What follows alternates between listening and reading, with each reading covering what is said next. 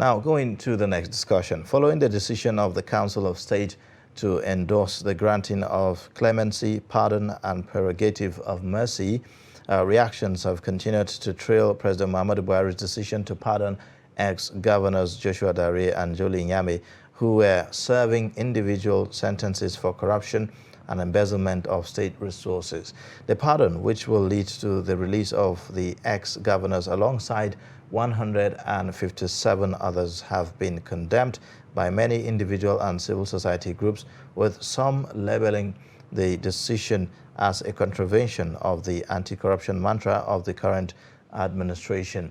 While others have threatened to sue the federal government, some have called out current government officials, including Kaduna State Governor Nasir El-Rufai and Minister of State for Niger Delta Festus Keyamo, for keeping mute to the decisions of the presidency, especially following their vocal condemnation of President Goodluck Jonathan when he pardoned former governor of Bayelsa State, Nimipre Alamesia.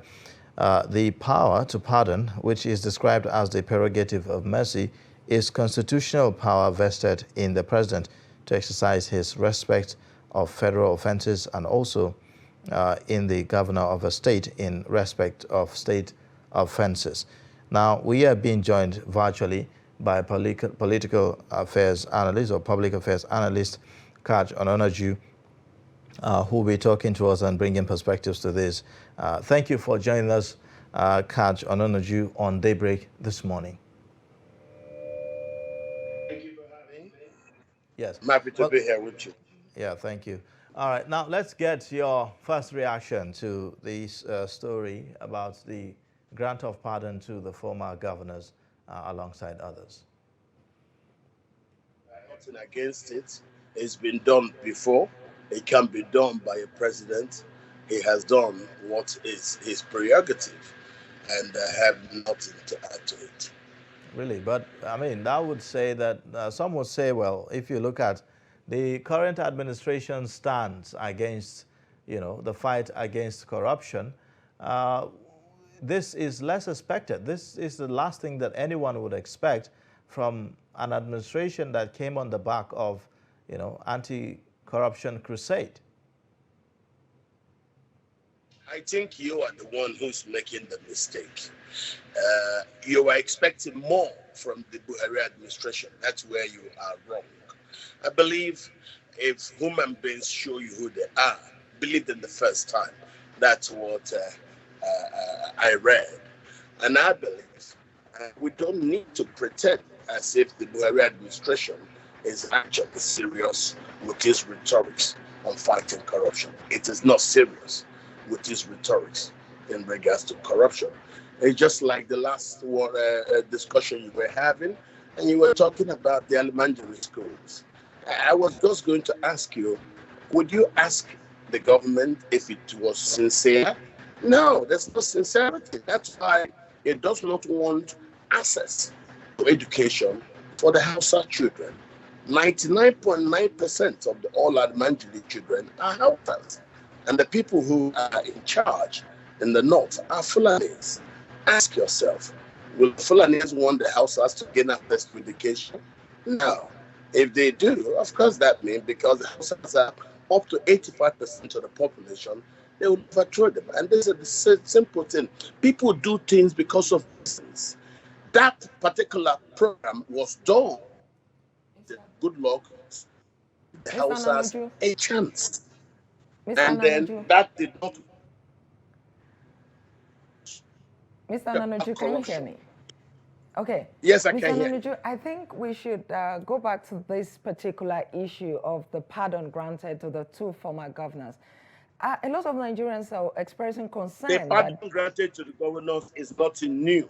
I'm not surprised about the pardon, but don't forget, every time you pardon an offender, you are doing injustice to the victims of his offense.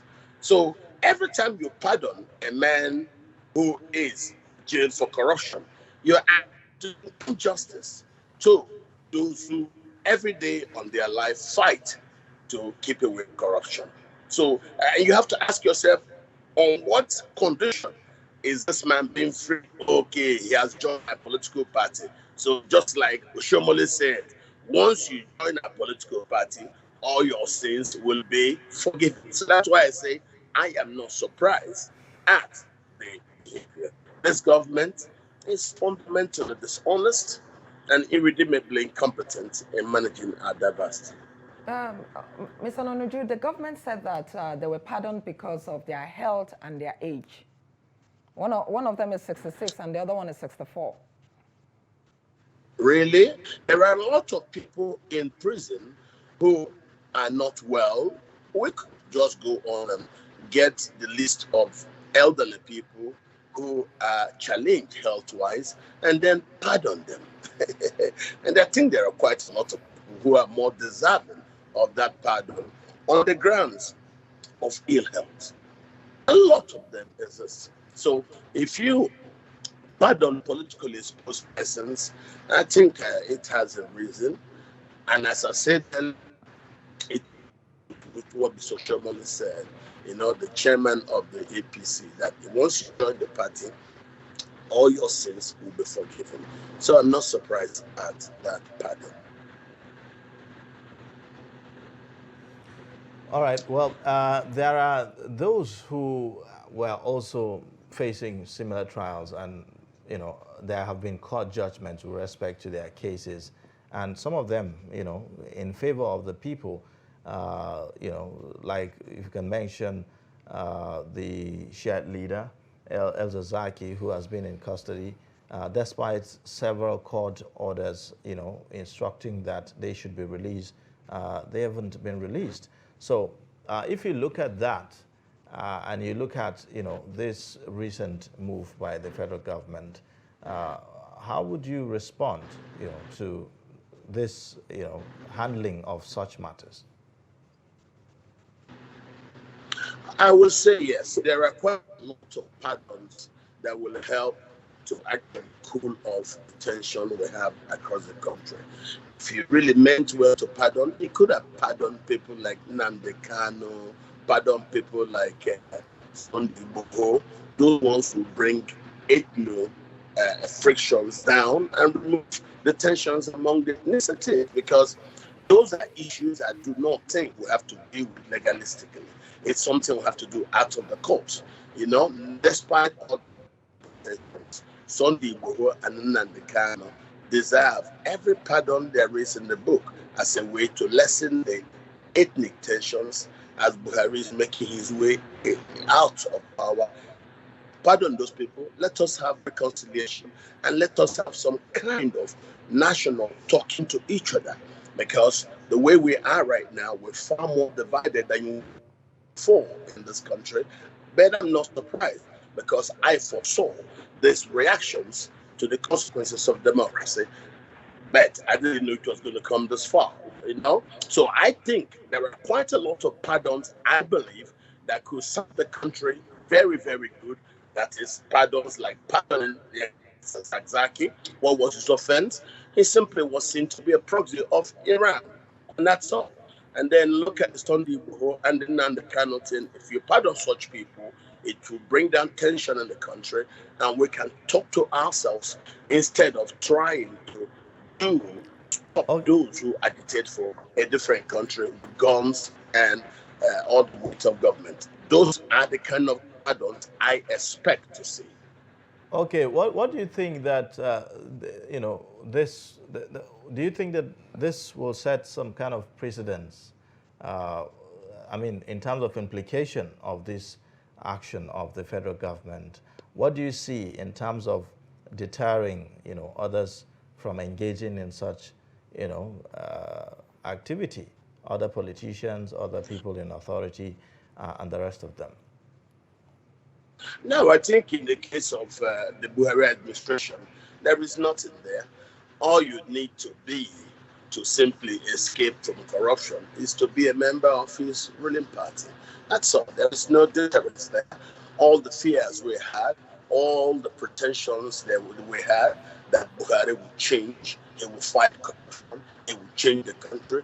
He came in and he got bogged down and started weaponizing nepotism, and before you knew it, he lost control. So for me, I think the best that he could do, apart from the one I think he has done already, because of all he's done in the past 7 years, the one I think that will mark his legacy is the amendment to the Electoral Act. The signing of that was beautiful. And I think that is beautiful. For me, that's a great thing he's done. He should not go on towards lessening the ethnic tensions do you think to release those people. do, Yes, do, do, do I think what? do you think that the president's arm is probably arm twisted, especially because of the fact that this happened after the Council of State meeting with former presidents, of the country, and all of that? Do you think that the president's arm twisted? Because this is not the Buhari a lot of people saw in 2015. No, no, no, no, no. The Buhari we saw has not changed. The Buhari we saw in 1980s, it's the same Buhari that came to make those promises, but then when he couldn't do exactly what he said, we saw the bread riot, we saw the economy tank into a recession. We warned that Buhari hasn't changed. Never mind the rhetorics they were painting that he's now a reformed Democrat. He's not, because the only way for you to actually predict the future is to study the past. So he who studied his past told people, I did it on television, I said he will not change. He has not changed. He's got no new credentials that we can trust. This rhetoric will not work. And what happened? Buhari got in, and he just brought something that nobody ever thought could ever happen. Buhari now lapsed himself deep into nepotism, weaponized nepotism, lost Nigeria, and where are we today? We have riots all over the place. Kaduna, our military industrial capital. Mr. Nonoju, yes. A lot of people are saying that this pardon for these two ex-governors is going to dampen the morale of the people working for these anti-corruption agencies, the EFCC and the ICPC. Can you speak to that? Yes, that's what I said before. I say every time you pardon a criminal, you actually do injustice to those that the criminal must have offended. Every time you pardon a man who is convicted of criminal offenses, you undermine the efforts of those who actually walk around the clock to get, these judgments. And so, yes, but then in the Buhari era, a lot has happened. Those who just joined the APC have been pardoned. The reason this particular gentleman got to prison was their case had already progressed very far by the time they joined the APC. Just as you can see right now, a lot of people are joining the APC. They are not joining it because they want to jump into a party that is troubled. No, it is because of the pardon. Check the recent joining.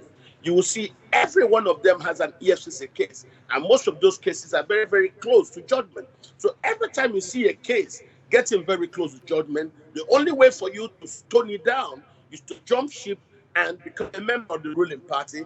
And before you know it, the case is dragged down, the case is slowed, the case is kept aside, and you become a member of, not that the file is ever kept away, no, the fake case is kept aside. Even in some cases, the president will give instruction, like the issues of Danjuma Goje and co. So these things have been there, and that simply tells you President Buhari's game is just based on rhetorics. The real actions, Buhari is not fighting corruption at all, at all, at all. Mr. Anonuju, also, what do you say about the huge amount of taxpayers' money that is spent on prosecuting these cases? Going forward, what would you advise? I mean, if you spend so much money prosecuting these cases, and after a couple of years, one of them was in prison for just about 4 years, and after a couple of years, these people are released. Well, what I will tell you is the problem is in the government.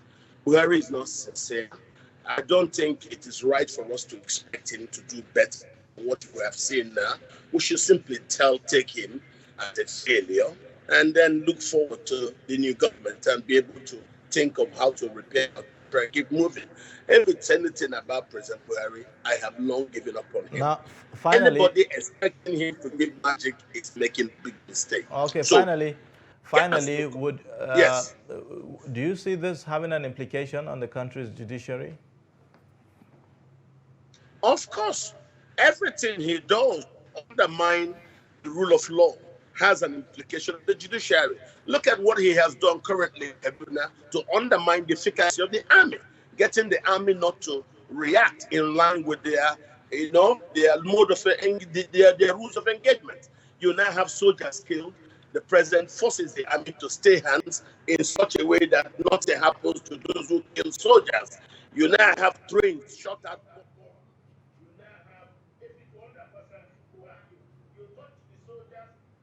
They bring you down. But under Buhari, soldiers are killed, soldiers are kidnapped. That